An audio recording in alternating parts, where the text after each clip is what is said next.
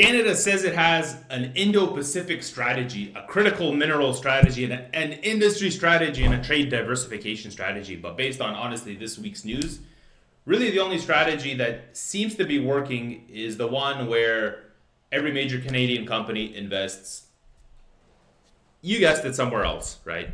The US is hitting Canada with fertilizer tariffs. They're accusing us of price fixing, while Canadian potash giant Nutrien is choosing American ports over Canadian ones. And Parliament is literally rebuilding itself with foreign steel. If this is what sovereignty looks like, I mean, someone in Ottawa really needs to buy a dictionary. Right now, our federal government has two foreign policies. Whatever Washington tells us to do, and holding emergency meetings begging Canadian companies, guys, please don't leave the country. Please don't leave the country. Canada keeps saying it wants to be a global industrial player, but when you lose $1 billion investment to Longview, Washington, because your ports are too congested and your rail lines can't keep up, it's really hard to convince anyone you're still in the game. Meanwhile, Trump's threatening tariffs on Canadian fertilizer. Farmers are bracing for losses. Steel producers are getting hit with 25% duties. And Ottawa is bragging that the Peace Tower at least has Canadian rebar. What a truly proud moment for our nation. And on top of all of this, we have a great example that we don't like to reference ever. But if Russia under sanctions can increase fertilizer exports, build new ports, expand shipping routes, and grow their global market share, but Canada can't convince one of its own crown jewel companies to ship potash out of Canada, our problem isn't geopolitics. I think the problem might be us. This is Canada. Maple syrup and like cabin say. Ay, kick your ass all hockey season. Ay, now teach me riding horses. Yeah, this is Canada. Hey guys, my name is Miloš Krajčnik. Thank you for coming in today. Today is Wednesday, December 10th. This is Canuck News. I got a wider story regarding tariffs today that I want to cover. Let's get into the first story. It's Canadian fertilizer giants in crosshairs of Trump's administration price fixing probe. They're looking into us. They think we're fixing prices. So it says Canada's fertilizer giants risk becoming the target of a U.S. price fixing investigation as the Trump administration tries to tackle high input prices and low profits on American farms. On Monday, Trump threatened to impose tariffs on Canadian fertilizer imports while accusing foreign companies of anti-competitive behavior and price fixing. The president has launched a Department of Justice probe examining the matter. One Canadian company, the Saskatchewan-based Nutrien Limited, is the largest global producer of potash. Potash is one of the three fertilizers critical to all major agricultural operations, and the U.S. depends on Canada for more than 80% of its demand. So their whole agriculture is based on what we sell them. So analysts are saying that Trump's accusations are misplaced, especially when it comes to potash. Fertilizer Industry Association say they tap into a real problem unfolding on the American farm. What's the problem unfolding in the American farm? It's that the White House has announced they have to essentially subsidize them $12 billion in aid to stop the losses this year because of the trade policies that have accrued. I don't really blame the administration that much for what they're doing, right? They're really just doing an audit of everything, literally internally, externally, and they're seeing where the leaks are, right? And now we're subject to leakage, right? They're looking at us as if we're potential leakage, right? That's the way I see it. But Trump is threatening the tariffs anyways. His positioning it as helping Americans, even though the subsidies still don't cover the farmers' losses. So they're giving them a bunch of money, but it's not going to cover the losses that are happening from this from the Chinese trade war that's going on, right? And the real issue is unstable global fertilizer markets and America's lack of domestic nitrogen and phosphate capacity, right? So everything is unstable and they don't have enough of their own domestic supply, right? And now Canada is being dragged into another U.S.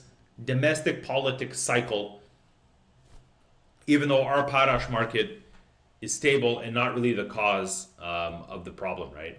But I want to get into this next story because obviously it's tied in, and it's that Ottawa, Nutrien, to meet to discuss building a $1 billion potash export facility in Canada. Yay. Senior officials with the Federal Department of Transport will meet with Nutrien on Friday in Ottawa to try to persuade the Saskatchewan-based fertilizer giant to change course and build a $1 billion export terminal in Canada instead of the US. Minister of Transport Stephen McKinnon and other senior level officials want to understand why Nutrien selected the Port of Longview in Washington for this investment, according to two sources. The Globe isn't going to name them. Mr. McKinnon is hoping Nutrien will reconsider given Ottawa's $5 billion Trade Diversification Corridors Fund. According to one of the sources, this fund will support a range of projects across Canada, from port expansions to rail improvements, and the fund was promised in the Liberal spring election. Here's the thing with this. They want a private company to invest $1 billion into rebuilding Canada's infrastructure that we've been neglecting. We've been neglecting this systematically, right? So everything here is reactionary. It's don't leave, guys. Don't leave. You know how embarrassing this is? This is so embarrassing for Canada as a whole, to be honest, that it's less expensive for a Canadian company to ship their goods, and it's not any Canadian company, it's the largest Canadian company, exporting a critical, basically strategic resource in the world. You're selling fertilizer.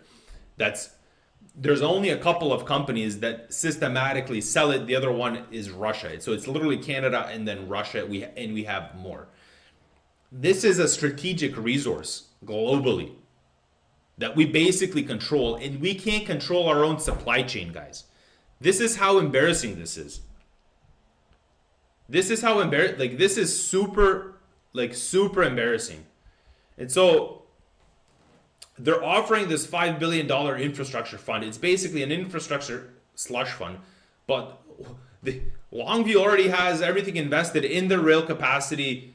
They've redeveloped their port. They have streamlined permitting. And what are you going to do with Canada? Well, you're going to go to Vancouver. You're going to go to Prince Rupert, that have all you can ever hear from the Port of Vancouver are rail bottlenecks, limited space, labor disruptions, and slow approvals. We can't even get our pipeline to the West Coast. We can't even get a pipeline to the West Coast without that loser EB trying to block it, without having to consult First Nations. There are so many obstacles that are put in our way for us to be able to export anything. And so this private company is saying, guys, screw all of this. Why would I want to deal with all of this nonsense when I can just go to the US? And so now the US is essentially going to be exporting one of our strategic resources. This is really exposing a deeper issue, and it's that Canada's supply chain is losing us major strategic projects. We can't do anything on our own, clearly. We have a slush fund for infrastructure after everybody's threatening. After people threaten, then it's, hey, let's get this done. No. That means you've had no foresight into Canadian infrastructure for decades. And this is what we're living with. And it took Trump doing an audit on everything US related, when it comes in trade, military procurement, USAID, whomever, and whatever. It took this general audit of the US for the Canadian government to get off its ass. Guys, we can't function like this. This isn't the way things work. Then we have this, right? Then we have this push underway to get more Canadian steel into center block overhaul, right? It goes, senior project manager for Parliament Hill center block renovation, estimated to cost up to $5 billion, came under fire Tuesday over the amount of American steel being used in the construction. As trade tensions continue with the United States, Conservative MP Michael Cooper was pushing for clarification on the steel purchases. Jennifer Garrett, who was providing an update to MPs, said 65% of the steel purchased to date is Canadian, and that going forward, the intention is for the rest of the steel to be sourced from Canada. We can only do 65%. We can only do 65% domestic. We're building the Canadian Parliament. $5 billion national project. And we're going to give 35% of a $5 billion national project. Guys, that means 10% is 500 million. So we're looking at about $1.5 billion is being sourced to the US in the middle of a trade war. In the middle of, like, they've put tariffs on us. And I get in the comments a lot, screw the Americans, screw this and that. Yeah, this is a great time for us to say, screw the Americans. This is an amazing time to say, screw American steel. We don't want to touch it. We're gonna be economic patriots. Finally, we're gonna rebuild Parliament using Canadian materials. But no, we're gonna have to procure $1.5 billion worth of it. We're not gonna put it into Canadian private sector companies, help build them up. No. We're gonna buy it from the US, right? Sure, the infrastructure project is going to be expanding, but this seems to only have become a concern after MPs actually addressed the issue, right? So the reliance on American, European, and Asian steel during a major national rebuild really underlines Canada's fragile industrial base and our poor procurement coordination. We don't have a good systematic way of procuring our own goods. Evidently, because we don't have a rail to export anything. That means that we would have issues supplying ourselves with our own goods. If there is another major infrastructure project going on, let's say, if you had to buy steel from Ontario and ship it even to Manitoba, it would probably be an issue. That's the kind of situation we're living in. So even despite the premium in tariffs, Canada is still unable to source all domestic steel for its most symbolic building. It's literally the most symbolic building that Canada has.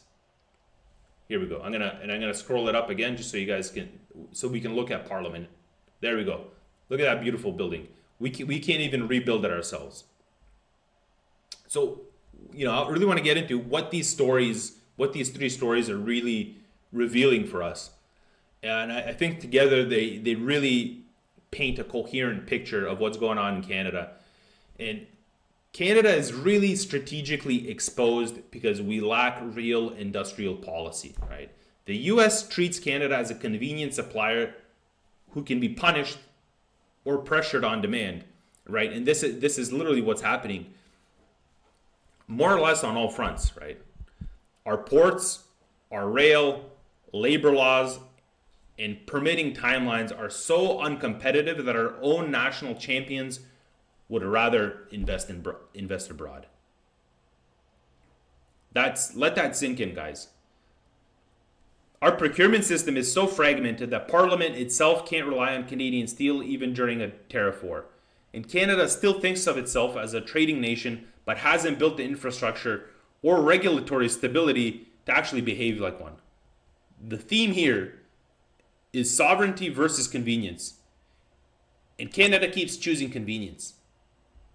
This is really embarrassing. And I want to close it off because I think there are some lessons that we can learn actually from Russia.